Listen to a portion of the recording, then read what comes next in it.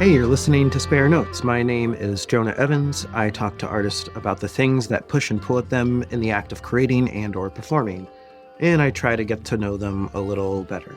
This is Spare Notes. This segment is called Three Questions. At least one question is about the artist's current project, and the other two are usually about ideas connected to their artistry overall. I talked to Colton Waker of the band Ringing. While Ringing has been making music for a minute, their debut album, Another Cycle in the Cosmic Wash, what a great album name, that's coming out March 20th on Julia's War and Signal Noise. Colton Waker and I get into the recording of the album, how the band conceptualized some of their recordings through live show references, and some Cloakroom. They have 2 singles out right now, Want To, and Incandescent. Go check them out. I'll leave some links in the description and see you on the other side. It's Thursday. Happy Thursday. How are you doing today? Doing well. How about you? I'm doing all right. So I figured we'd just get straight into the questions and go from there. Perfect. You recorded your debut LP, Another Cycle in the Cosmic Wash, in one session, but scrapped the lyrics. How and why did you change the lyrics, and what did this process lead you to in the final product? Well, we knew that we were recording live again. We did that with our last EP too in Philly with Dan Angel. And so this was our second time doing that, and we had a little better idea of what to expect. We just had to get into a room and basically bang the songs out together without too much stitching things together. Mm-hmm. So this time we spent a couple months leading up to the recording session, running the songs again and again to really make sure that we could nail them and capture the energy that we wanted. Yeah. Not only that, we'd had 2 years since the previous album, so we really had a lot of ideas floating around. I had a bunch of song ideas, a bunch of demos and stuff like that. So we were deciding which parts to use, how these songs were going to be structured, and more. So the recordings turned out great, but we really had been focusing a lot on the music and just capturing the right energy. And so the lyrics, although it wasn't totally intentional, had kind of been a placeholder up until this point. And that wasn't my mentality coming into it. I wasn't thinking, oh, these are throwaway lyrics. But once everything was done, I just heard the instrumentals and I started to think about the lyrics. And I wanted to do the songs justice and kind of say something a little bit more intentional, I guess. Because my writing process in the past has been very stream of consciousness, kind of just seeing what comes out over a few demos. And obviously there's a little bit of iterating on that and refining what I say. Yeah. But yeah, I don't know. I guess I've been thinking more about what I wanted to say with my songs. And so for the past 6 months, January to June roughly, I spent a lot of my spare time, on the weekends, sometimes in the evenings in my apartment, just running different demos or trying different ideas and stuff like that. And I guess what I ended up with is sort of a meditation on habit, Mm. whether that's a chemical addiction or just kind of the way that you're spending your time from day to day. And thinking about what it is to try to change a habit or, break a cycle. Because the name of the record, Another Cycle in the Cosmic Wash, gestures at the idea that, self-improvement isn't really a straight line. It's Mm-hmm. something that can kind of loop and spiral and repeat as you sort of learn and unlearn the same lessons at different levels. And, just kind of finding the meaning in the process, realizing it's about just, trying your best rather than some kind of end goal. Yeah. And did you think about habits? How did you think about habits before it manifested in the lyrical writing for this album? Do you see a contrast between, do you have a different relationship with habits now than you did when you're after meditating on it? I don't know. That's a good question. I suppose that it's been as I was sort of hinting at, a longer process of just trying to figure out how I want to live my life. Getting older, learning lessons, and sort of thinking about how how you want to be more intentionally. Mm, So, I mean, when I think back to previous music that we've put out, it's definitely been a common theme. Um, but it's been, I think, a little bit more scatterbrained, mm, and a little bit more vague. So right. I think there's more of a cohesive story here. It's not necessarily a narrative album, but there's sort of like a path that you can trace if you follow along through the album. Right. Not one that's like extremely definitive, but that there's still like, themes and things happening that are can be tied to certain ideas. Definitely. Moments of reckoning, moments of clarity, places where maybe you make strides, but then you slip up again. There's kind of Mm, just uh, a rising and falling and a repeat in the record. that's cool. What role has playing live shows informed the shape of sound that makes up another cycle in the cosmic wash? As in, how have any particular tunings, spaces, or spacing or experiences in the live shows informed this I would say, definitive sound? Yeah, I think playing live has been a big part of figuring out what ringing is. I put out two EPs before this, and the first one was recorded in my apartment. I went back and did drums at a studio nearby just to do it justice, but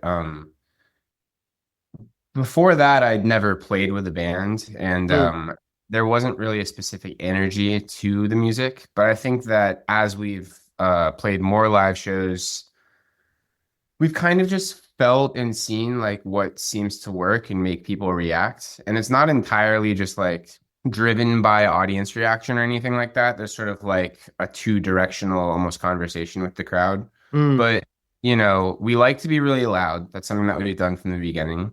I play through two amps on different sides of the stage. I sort of oh, route it out. One's more clean, one's a little more dirty. Neither of them is totally distorted because we're still using a pedal board to modulate the sounds a lot. Um, but we like to sort of, do the classic, like everyone always talks about the Pixies, but like the quiet, loud, dynamic thing to sort of keep people on their toes. yeah. That's something I've always appreciated as an audience member. And especially when I was starting this band, it's something that I really noticed is how that can be a powerful tool. Mm, Um, Josh, our drummer, has played with us for, you know what? I'm not even sure. Probably 2 years now. He wasn't with us at the beginning of the band, but he plays in a lot of different projects. He's like a jazz drummer, traditionally. This is sort of his first rock band. But he brings just like this really chaotic energy to the music, but he can really like hone it in. He's like a very precise drummer at the same time. And I think that that has sort of added a bit of not maybe chaos. I don't know, but like it's the I don't know. The sound has just gotten more ambitious, I would say. yeah. We've started to incorporate a little bit more like math rock elements into things, and I'm not the biggest fan of like math rock for its own sake. Like I'm not trying to be like confused. I mean, it's not that I'm not a fan, it's just not what I'm going for, but it's like I don't want to throw people off it on purpose. It's more like I want to slip it in and make it something that you almost don't recognize unless you like try to play the song or bob your head along, and then maybe at some point you'll be thrown off. Because like, I mean, even with jazz drummers, I mean, the thing I always say, like, they're the best drummers. I could be wrong, but um like what amazes me about them is that they can how they move through time. And like you could probably be playing like some, more notes or rhythms close to 4/4, and they could be doing a whole bunch of other stuff, right? Like, and maybe, Mhm. slipping up tempo in between there. But Kind of a push and pull to it. Like one of my favorite drummers and bands in general is like Ben from Tagabow. And yeah. I think he kind of plays drums like a caveman. Like he just like really hammering on the toms and like there's just like every note is like super intentional, super well placed. And I try to pull Josh in that direction sometimes. Not too far. I like to let him do his thing.